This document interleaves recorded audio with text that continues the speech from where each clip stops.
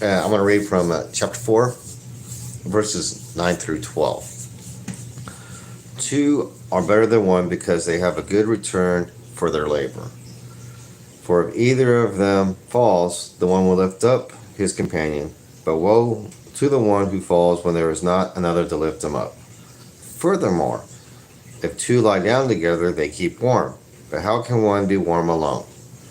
And if one can overpower him who is alone, two can resist him. A cord of 3 strands is not quickly torn apart.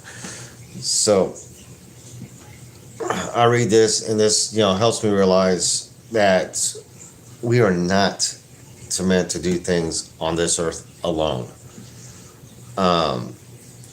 Whether you have a spouse or a group of friends, things are so much easier when you have help. And for us believers, even though we have, Christ in our lives, because Christ is sufficient for everything, but God didn't mean for us to live on this earth all by ourselves. We are meant to work together for the worship and the glory of God, and also to fellowship together in praising His holy name, and in spreading the good news about Christ's sacrifice for us, so that we have a reconciliation back to God.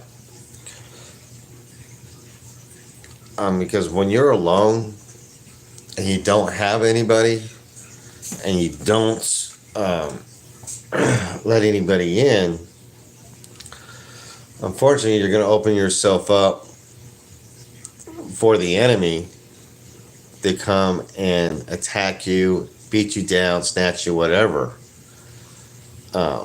Having at least one other person in your life gives you that ability to fall back on somebody for support, somebody to encourage you, and you to encourage them.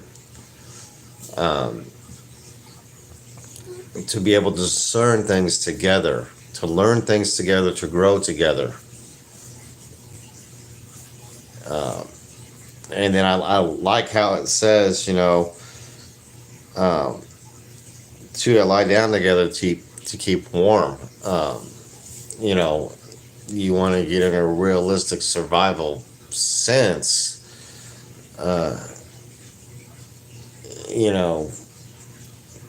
One of the things they tell you to help somebody who's suffering for hypothermia is to, close down and, take clothes off and, lie tightly with the other person, because you're transferring body heat to keep them warm. So being alone is just a horrible way to live life, because it just opens the door up to so much suffering, so much pain, so much dismay. All doors that Satan just loves to come marching in, if not himself, definitely his little demonic minions that he has out over the place. Because remember, Satan is not all-knowing, and he's not everywhere. He can only be at a specific place at a specific time,